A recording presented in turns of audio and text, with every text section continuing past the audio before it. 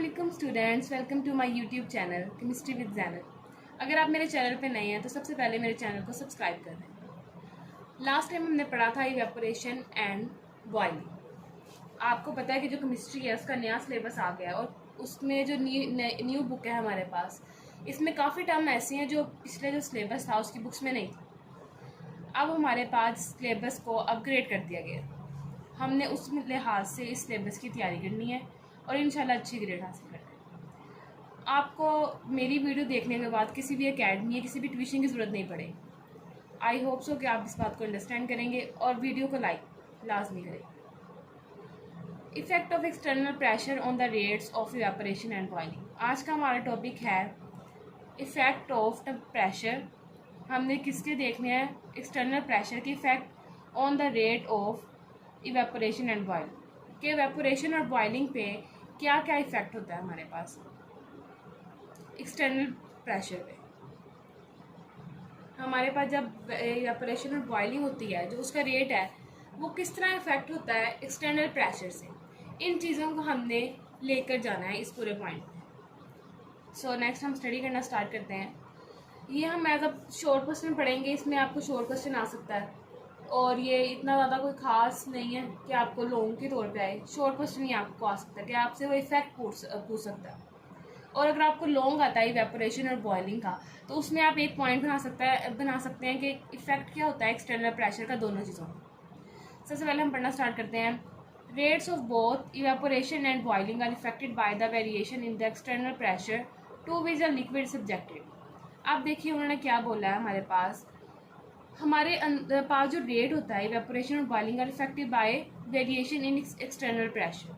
अब हमारे पास बॉइलिंग और इवेपोरेशन का रेट तब इफेक्ट होता है जब हमारे पास वेरिएशन आती है एक्सटर्नल प्रेशर में to which the liquid is subjected.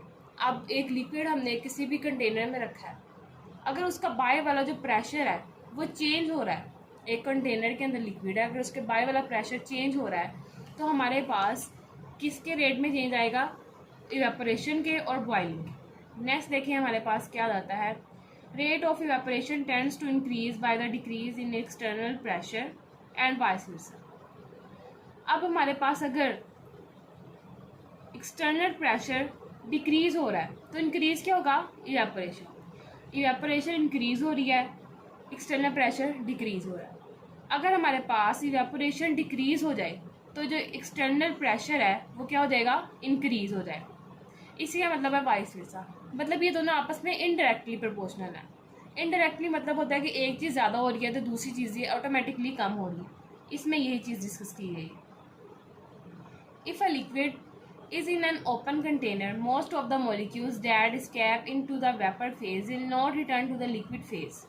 अब हमारे पास कहा गया है कि अगर एक ओपन कंटेनर है और बहुत ज़्यादा जो वेपर है वो स्कैप हो गए हैं और वो दोबारा जो है वो वापस नहीं आ सकते लिक्विड फेज में। आप देखें, एक ज़ाहिरी बात है, हम एक पोर्ट लेते हैं, पोर्ट को हमने बर्नर नीचे बर्नर के ऊपर रखा हुआ है। उस पोर्ट में जो वाटर है अगर उसको कवर नहीं किया हुआ हमने तो पानी बुखारात की सूरत में जो इन्वायरमेंट है उसके अंदर जाना शुरू हो जाएगा। एक्सटर्नल टेम्परेचर को वो गेन करता जाएगा और बाहर की तरफ मूव करता जाएगा, जिस वजह से क्या होगा कि जो दोबारा अगर हम चाहेंगे कि वो वेपर्स दोबारा से उस पोर्ट के अंदर आएँ और लिक्विड की फॉर्म क्रिएट कर लें तो ऐसा नहीं हो सकता, क्योंकि वो जो वेपर्स हैं वो इन्वायरमेंट में चले गए हैं, अब वो दोबारा वापस नहीं आ सकते। Instead they will diffuse through the atmosphere away from the container. अब देखिए उन्होंने क्या बोला? डिफ्यूज हो जाएंगे। डिफ्यूज हो जाने का मतलब होता है मिल जाना। सिंपल वर्डिंग में से बोलते हैं मिल जाना या मिक्सअप हो जाना। अब वो क्या करते हैं, जो एटमोसफेयर है उसके साथ क्या हो जाते हैं? डिफ्यूज हो जाते हैं। Increasing the external pressure will force this molecule to return back to the liquid surface making evaporation difficult.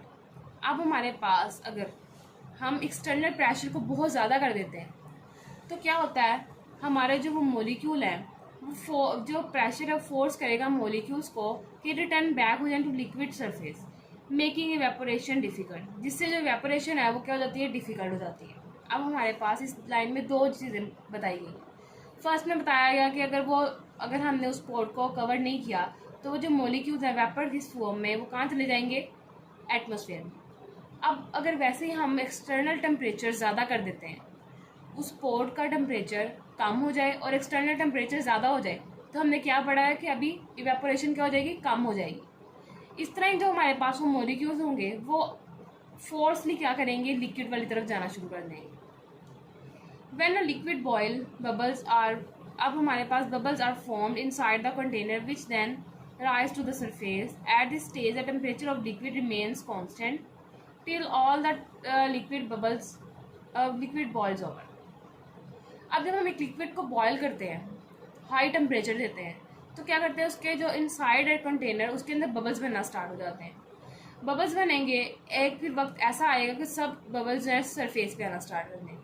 अब जब हम पानी को बॉयल देते हैं तो आपने देखा होगा जब स्टार्टिंग होती है ना बॉइलिंग की, तो जो हमारे पास पॉट है उसके नीचे जैसे 7 अप के अंदर बबल्स आते हैं ना, उसमें ही उस पानी के नीचे बबल्स बनना स्टार्ट होते हैं, छोटे छोटे bubbles.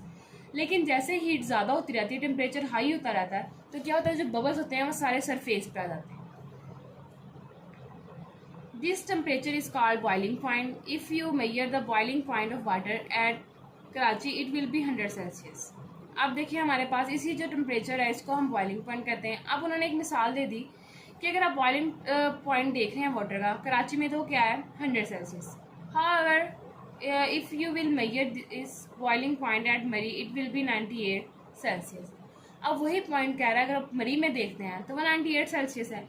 The atmospheric pressure at मरी is lower than that in Karachi.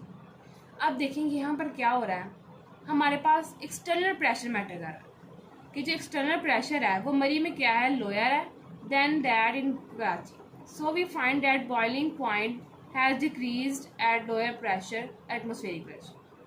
अब हमारे पास अगर ये एक डायरेक्ट रिलेशन बता रहा है कि अगर हमारे पास बॉइलिंग पॉइंट ज़्यादा है तो उसका एक्सटर्नल प्रेशर भी क्या होगा, ज़्यादा होगा।